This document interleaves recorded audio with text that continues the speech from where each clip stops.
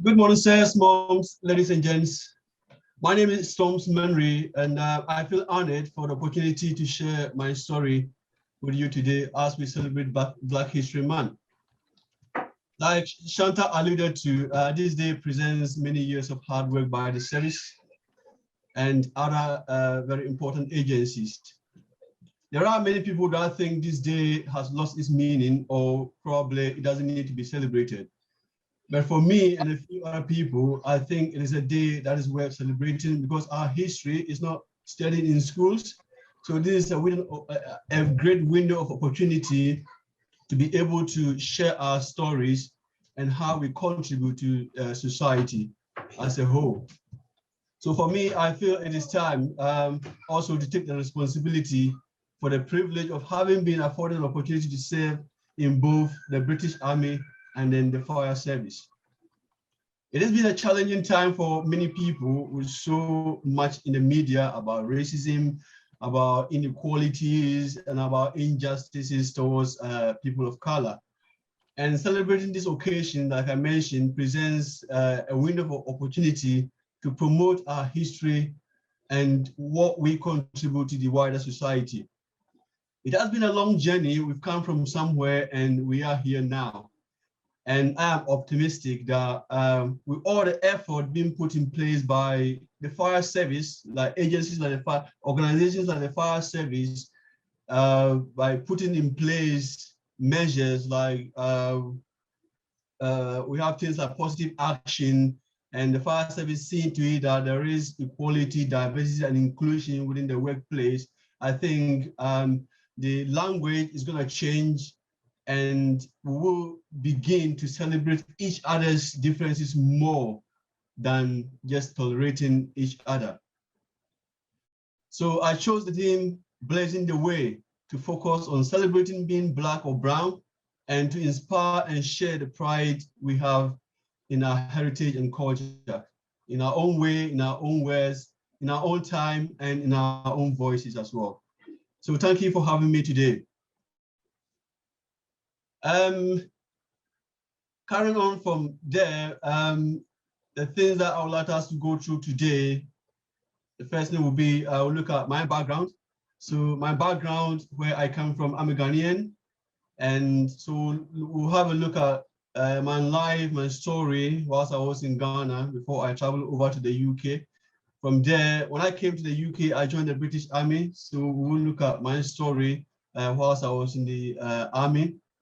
Then my few time in the fire service and a charity project that I'm embarking on at the moment. So these are the areas that we'll be looking at today. And when we're talking about Black history, you can't talk about Black history without talking about Ghana, because there are so many things that happened in Ghana that got us to where we are now. And we'll be going through those ones as well. So talking about Ghana, as you can see, this is a map of Ghana. We sit right on the equator. So this gives us a very, very, very good weather. There is nothing like shorter day, longer night, longer day, shorter days there. When I was in Ghana, I never experienced anything like that. We used to learn it in school, but I never experienced it until I came to Ghana. We never had to change an hour back or forward to be able to get things done. Daytime is daytime, nighttime is nighttime. Timings are the same. We have a brilliant weather as well. When it is raining, it pours down, but when it is not raining, the weather is nice and clear. And that's why most holiday makers prefer Ghana as one of the priorities. So as you can see, we sit right on the equator on the world map. We share borders in the north with Burkina Faso, and in the east, we share borders with Benin, Togo, sorry, and in the west, we share borders with Cote d'Ivoire. Down south is the Gulf of Guinea and the Atlantic Ocean, which gives us some nice sandy beaches and a very, very nice place to be. So Ghana before was made up of 10 regions, divided into 10 regions until recently when it was subdivided into 16 regions by the current government, just to make sure that there was equity in the national cake. So we now have 16 regions. On top of the middle picture is our national flag. It comes in red, gold, and green. The red represents the bloodshed about our forefathers in trying to gain independence for the country Ghana. And the gold represents our mineral wealth. The green is about vegetation. And the black star in the middle, this is the only star you can see that is black. It represents the hope of Africa, or the hope of the black people. But Ghana was the first country that gained independence in Africa. And that was sort of a form of hope, giving the rest of Africa some hope that they can gain independence as well. Haters say our country, the map of our country looks like a sack full of crap. That is not true. So that is a bit about Ghana. So the country occupies a total area of about 92,000 square miles. It's a very small country. Got a population of about 30,000. Our capital is Accra. Our monetary unit is cedi. So one cedi is about £8. Religion is mostly Christianity. We have quite a few Muslims as well, and Buddhists and the other religions. Christianity is quite powerful. Pastors in Ghana are quite powerful. They tell you all sorts of things. They can prophesy and tell you what will happen to you in the future. If it happens, yeah, hooray for them. If it doesn't happen, you didn't pray hard enough. So it's always a win-win situation for them. National holiday, Independence Day, is the 6th of March every year. And there are about 46 different languages in Ghana. They are very different. These are languages. They are not just dialects like you have Scottish and English. These are different languages altogether. And if I give you an example, so my wife speaks about 4 languages. I speak about 3 languages, but there's only one language that we both understand together, and we both don't understand it very well. So at home, we speak English. That's how diverse our languages and the cultures, the different ethnic groups are in Ghana. What you see, the picture you see on the right is that's the Ghana money. So that's 2 cedis. The person whose picture you see on there is Dr. Kwame Nkrumah. He was the man that gained independence, helped Ghana gain independence in 1957. And in 1960, we gained a republic as well from the British. So we say in Ghana, we have the Asante chief. The Asante chief used to be very, very powerful before the invasion of the European and other nationalities in Africa. The Ashanti king was one of the most powerful people in the region. The Asante kingdom was quite big until, like I mentioned, the Europeans came in. But now their powers are not as strong as they used to be because of now we have rule of law, and the country is now a democratic country. So their place in society, though very, very relevant, but not as powerful as they used to be. Same as we have here, the royal family here. So it's pretty much the same. Ghana is a very beautiful country, especially the countryside. We have loads of waterfalls. Accra is a nice area to be. As you can see in the picture on the left middle corner, you see an umbrella, a stone made of an umbrella made of a stone that you can hide in when it is raining. Like I mentioned, when it is raining in Ghana, it pours down. It doesn't just drizzle. And when it is not, then it is not. It rains for about 30, 40 minutes and the rain stops, and that's it. It's very different from the kind of rains that we experience here in the UK. At the bottom left is a waterfalls. We have quite a few of them dotted around the country, and they are very nice places that you can go to. The larger picture you see on the bottom right is Accra, the city Accra, and it is a beautiful city and it is continuing to develop. The last time I went, I was like, wow, So many things have changed. The country is developing so quickly. This is a dark side of Ghana, and this is one of the reasons why probably we are here today discussing what we're discussing. So these two buildings that you can see on the right, the Cape Coast Castle on top, where you can see former President Obama walking, and the one at the bottom is the Elmina Castle. These two buildings from outside looked elegant. They are so beautiful from outside. But the ancient walls were once home to one of the most tragic and brutal periods in the history of humanity, the transatlantic slave trade. This building, especially the one at the bottom, Elmina Castle, it's about 91,000 square foot, and it is based in Elmina. Okay, this was where most of the slaves that were sent to North America, America and Europe were shipped from. People were brought, slaves were brought all over from Africa, and this was the point of, this was like a harbor where they were dispatched from to other countries. It was built in 1482, and the main purpose of putting up this building was a settlement for the Portuguese. So the Portuguese were the first that started slave trade, but at the time they were only trading in gold. So this building was put up as their settlement. Later on, slave trade took over the trading in gold. So a building that was meant for as a trading post was then converted to something else. It then became, all the storage rooms in there were converted to dungeons, and this was where all the slaves were brought in. They were tested, and they were tested for their fitness. So to test a slave whether they were fit to travel, what they had to do was to whip them. If they whip them, they look at how high you're able to jump.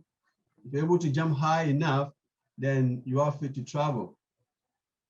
When they are ready to be deported, you will be in the dungeons. The dungeons, as you can see in the picture, in the top right, top left corner is a dungeon. That was how they looked like. Formerly, they were just storage rooms that were later converted to dungeons. So they were not purposely built for people to live in. Even in the standards at the time, they were quite poor. No toilets, no bathrooms. All you had in there was a bucket, which you have to use as a place of convenience. And because their hands were tied, their legs were in chains, they couldn't even use it. So you can imagine, and they had to be in those conditions for at least 3 months before they depart to wherever they were going to. When you're ready and the ships are ready for them to travel, you then go through the door of no return. The door of no return, as we speak today, still swings. So if you visit Ghana and you get an opportunity, it is one of the places to visit. When you enter this building, you will never come out the same. Your mentality about the world will change. So when you go through this door in the middle, you will be going into an unknown world to start a new life, a life that you have no idea about, which ended up in terror and relentless servitude. So it is perfectly agreeable to go by the statements on the left bottom corner, which is now a plate on the wall of the castle, which reads, "In everlasting memory of the anguish of our ancestors, may those who died rest in peace. May those who return find their roots. May humanity never again perpetrate such unjust against humanity. We the living vow to uphold this." Cape Coast Castle is not different, but that's just a bit smaller. And most slaves that were in Cape Coast Castle were some that were transferred to Elmina Castle before they were moved across. Elmina, there are two schools of thought. One school of thought thinks Elmina means a harbor. Another school of thought think a mina means a mine, which is a Portuguese word. Moving on, let's take a breather and come back to Ghana. Ghanaian politics. So Ghana is a democratic country. Every 4 years, we hold elections to elect a new president. The man on the top right corner is Dr. Kwame Nkrumah. He gained independence to Ghana. After him, there were quite a few military rules, coup d'etat upon coup d'etat, until Jerry John Rawlings came into power, the man in white dress in the middle of the group picture. He took over and then converted the country back into democratic rule. And since then, every 4 years, we do hold elections to elect a new president. So all the people that you see in the picture, in the group pictures, watching football together, having meetings together, are all former presidents, and they are in good terms with each other when they are off time. But in terms of politics, you see them arguing on radios and that, but in reality, they are good friends to each other. And that has helped the country a lot. There has been situations that could have ended up in war, but they were able to come in. Obviously, to help us with timing, how many more slides do you have? I've just quite a few. I've just got about 2 to go. 2 to go. Okay. Yeah. The rest I'll just run through them. So we're doing very well with time. Good. What we want to do is have a conversation with you as well. Good. Carry on. Yeah. Thank you. So that's our traditional dress. We have dresses, different type of dresses for different kind of occasions that we're going for, whether it is casual, whether it is mourning or celebrations. Okay. Everything in Ghana, every food in Ghana is delicious. Everything that you can see in this picture here is very, very tasty. And if you get an opportunity to go into Ghana, just try them. Economic situation in Ghana, we have lots of natural resources that give the country some kind of cash. Our GDP at the moment is 7.3%. We depend on tourism and the mineral wealth of the country to sustain the country. There are some Ghanaians that you might not know they are Ghanaians, some people that you might not know they are Ghanaians, and these are a few of them. We have Kofi Annan, we have Peter Mensah, who is in Spartacus in the film for 300. We have Stormzy, we have these conservative MPs, I don't want to talk about them, and we have Idris Elba, and we have the Right Honorable Boateng as well. They are Ghanaians, but probably you might not know they are Ghanaians. The Ghanaian fire service, everything about the Ghanaian fire service is military. Everything is like the way they dress, the way they do their things is quite military. So to showcase, to show off to the world, you can see that everything is perfect. But when it comes to the job itself, the operational capabilities, you can see that the kit they have are nothing but substandard, and I will speak about that in a second. So this is the kind of logistics they have. You can see people in sleepers, like on a road traffic accident, not having the right kit to be able to do the job that they need to do. So talking about me then, so I started as a kid. I had all my education in Ghana up to the university level, and the best memories I remember are when I was in the primary school band, where we had to parade in front of our classrooms and march to our classrooms. If you're a student or if you're a pupil in a school and you had football all the time, then you are the most powerful person in your class because you have got the football. If you're playing football, you don't tackle him. If you score a goal against him, you don't have to celebrate. Otherwise, he's gonna pick his ball and vanish with it. So this is the most powerful person in the class. So moving on from there, when I came to the UK in 2008, and in 2009 I joined the British Army. So I served in the British Army for 10 years. During this time, I deployed to Afghanistan to serve there. I was in Cyprus. I was in Kenya. After all this, I transferred to the reserves. And when I joined the reserves, I also deployed to Ghana over a short period of time to for the same purposes. But my most experience I had was when I was in Afghanistan, serving as the brigade ops company, and also when I was in Cyprus, when I was doing med cover for the teams there. After 10 years of service, I transferred. So before even that, these are my hobbies. My hobbies are mainly sports. And I could mention Jaga. This is the reason why probably you've seen so many medals behind me. I do multiple sports, basketball, running, triathlon, and all that. And I represent the Army in most of these sporting activities. So coming back, when I went to Ghana, my eyes were open to a lot of things that probably when I was there for the period I was there, I didn't realize how hard the fire service have to struggle to be able to get just basic kit to be able to look after their communities. So coming back, I thought that there was something I could do to be able to raise some funds to some of our redundant but serviceable kit to the fire service in Ghana to be able to support their operational capabilities. So I started a fundraising project. This was communicated through our stores manager. Then he got to our chief fire officer, who then allocated certain individuals to support me to be able to do this. So we started the fundraising activities with the 10-mile runs and then the 5K run in 5K every weekend. Also did a great staff run to be able to get some funds to support it. So far, I have raised a little over £1,000.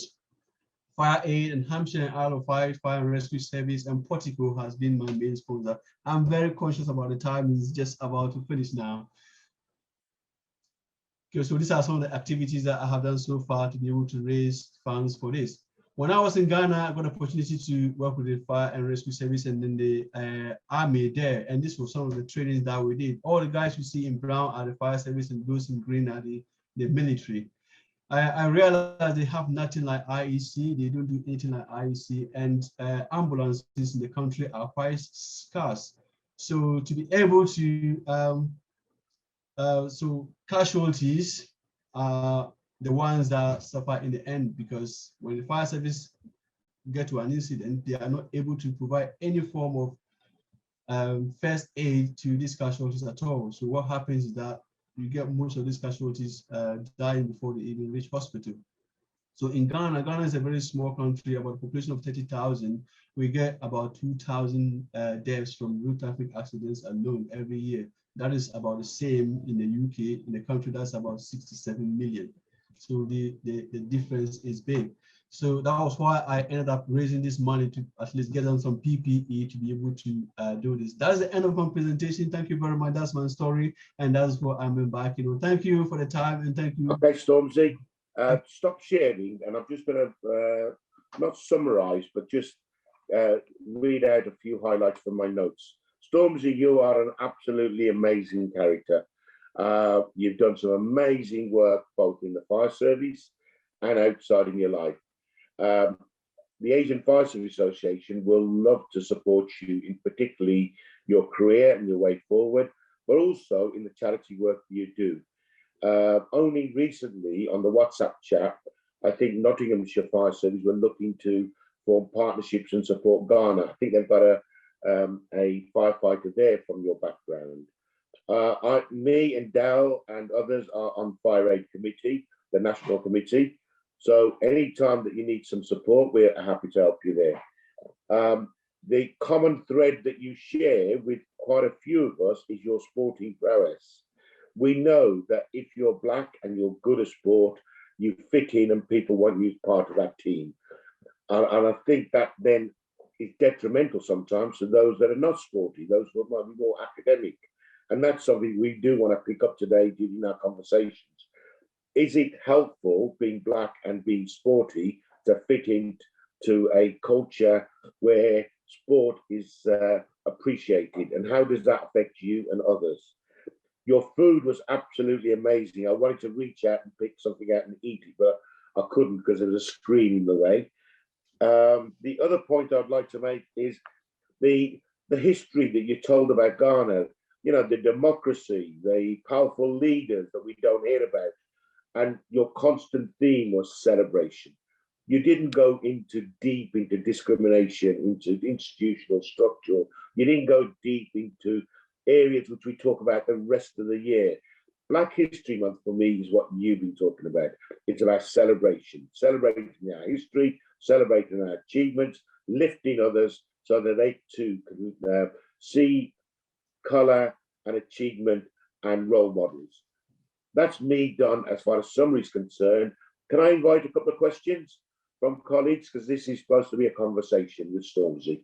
From now on, the session will be recorded from here on, but we will not be capturing it and posting it unless we've got agreement from the individuals asking the question and Stormzy that he was happy with his answer. So over to you. Any hands up? Wayne, shall I go to you first if there's a reflection? Because a lot of Stormzy's career and background does mirror some of your achievements, particularly in sport. Wayne is the West Midlands Fire Service record holder, the long jump, the sprint, and many, many other records. And he still holds them now at his age. So I don't know how he's managed that, but Stormzy, you need to transfer to West Midlands for a month and take all those records before going back. Over to you, Wayne. Yeah, just to pick up on what you just said there, this issue of being, I suppose, multi-talented, having had a similar sort of experience in as much as I was born with a fairly athletic body as well as a reasonable sized brain, but it does get in the way. I mean, it starts from childhood. Somebody just sent me a photograph just a couple of days ago of us at primary school, so me aged 9, and we're holding the trophy that we won for the school, Birmingham Junior School's trophy for athletics. And it then played another part, particularly when it came to getting through exams at school. You were so preoccupied with doing the sports and being encouraged by the school, who were seeing the benefits of having somebody who's capable to represent. It certainly greases the palms as well in institutions like the fire service. When we joined up, it was if you were a sporty character, you had all the support in the world, the facilities to get on and do, because there's a certain amount of kudos that goes with it. So yes, it can be certainly can be a key, an access point, but it's also a curse to do if you haven't got the individual self-discipline, or somebody saying to you, "There's a balance here in life." You know, if you're good enough, make sports your career, but if not, have it a bit of fun, but don't let it get in the way of what the other capabilities you have. Brilliant, Wayne. Stormzy, just make notes of people that are making comments or asking questions. Once I've had all the hands up, I'll come back to you, okay? So just make a note of what you've heard from Wayne and how you want to reflect on Wayne's comments. So Mohammed first, and then Michelle. Yeah, I think it was just a quick comment, really. I thought your reference to the impact of the transatlantic slave trade, I found fascinating, and I always do every Black History Month. And I think sometimes that gets missed off. I mean, the whole purpose of Black History Month is about remembering the impact of the transatlantic slave trade and its continued impact on Black people throughout the world. So thank you for just reminding me in particular, why Black History Month is so important. So thank you. Hi, it's Mike Humphries. Oh, yeah, Michael, that's all right. I'll keep changing screens, so I'm looking at the wrong one, but I can see you all. First of all, thanks for that, Stormzy. I thought that was really good. You've sold me a holiday to Ghana with the food and the weather. And Wayne, because you sort of answered my question in terms of the experience and being sporty and fitting into a culture that appreciates sport. But maybe, Stormzy, your experience of that. First of all, what first attracted you to the fire service, coming from a military and sporty background? And then how did you find the culture coming in? And do you think that sporty culture was important? Great question, Stormzy. So how did you find the transition from the army to fire? What was the big differences between army and fire, how you were treated? as a black man. Over to you. Yeah, I will start with why I joined the fire service in the first place. I think I joined the fire service because I thought the fire service is a career or a job that is very fulfilling, and it is challenging and rewarding at the same time. And these are things that I could get in the same service. Since I joined, like nothing has been the same. Every day is different, and those are the kind of jobs that I think I will thrive in.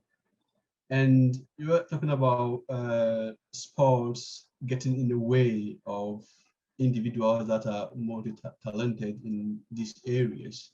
I think nothing in this world has a real meaning apart from the one we give it. If you think my place is sports and sports only, that is what it will be. But if you believe that I could be doing sport and still be the best firefighter that I want to be, it is also still achievable. And that has been my aim. That was my aim in the army, and that has been my aim in the fire service. When I was in the army, like I did a lot of tours, as you can see there. Because of time, I rushed through some of the things that I had to say. But on tours, when you're going on tour, you are picked to do certain roles depending on the capabilities that you have. In Afghan, I was working with a brigade ops company. It's not any person at all that will be allowed to go and play that role. I had opportunity, apart from the sports, got opportunity to do other qualifications. I'm a physical training instructor. I'm a team medic instructor as well. So you get to do a lot more and not just being sports. The sports is there to keep you fit, to be able to do whatever role you're playing and play well. But it is also always very important, like you mentioned, to remember that the main reason why you are in a job is for your operational capabilities, and sports is just a secondary thing. Sports is just there to support you, to get you to the standard of who you can perform your role and perform it very well. So the primary thing is the job, and then sports is secondary. Stormy, let me just interrupt for a second. Let's not make this rosy. Playing sport in an all-white team in the fire service for me was painful at times. At times, I faced racism from my colleagues, and also great disadvantage. And it was really painful for me to have to play cricket and football for the fire service team when I had a really nice, friendly team in the community that I used to play with. But I couldn't play with them because of the duty system. So talk us through, you know, the really great benefits, but also the challenges. How did you overcome the challenges? So younger Stormzy would know how to overcome those challenges. And I've also got Amy waiting to ask you a question. So do that first, about the challenges of being different in a team. I'll give you a little example. When in my own team, which is predominantly BAME with white colleagues as well, if we played against another team that had one black player, he would tell us afterwards, every time he played a match, he was the target of the opposition. Okay, over to you. Actually, this is something that is quite new to me. I think with time, like I mentioned, everything is changing. We have the language of the times is changing as well. So what you just mentioned there is not something I would say I have experienced before. I have been in teams where, especially the Army basketball team, everyone is almost black, and we've got a few. Okay, so I think that's an unfair question for you because you come from a different generation, but I saw some nodding heads, and we'll ask those people to reflect on that question I asked you. If it's not your experience, that's fine. Let's ask Amy, and then we'll move on to the next speaker, unless there's more hands or one or two comments. I'll ask my co-presenter, Dal, just to say a few words before I move to the next speaker. Amy, and then Dal. Oh, hello there. Just say thank you for sort of filling us in, and I thought your speech was wonderful.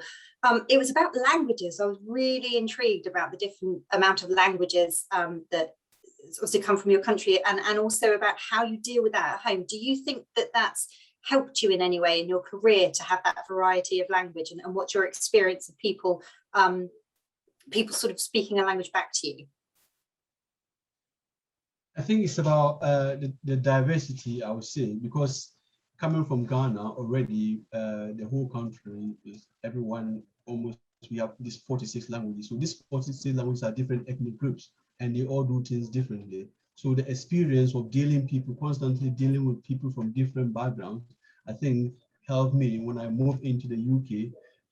It was just another different culture that I had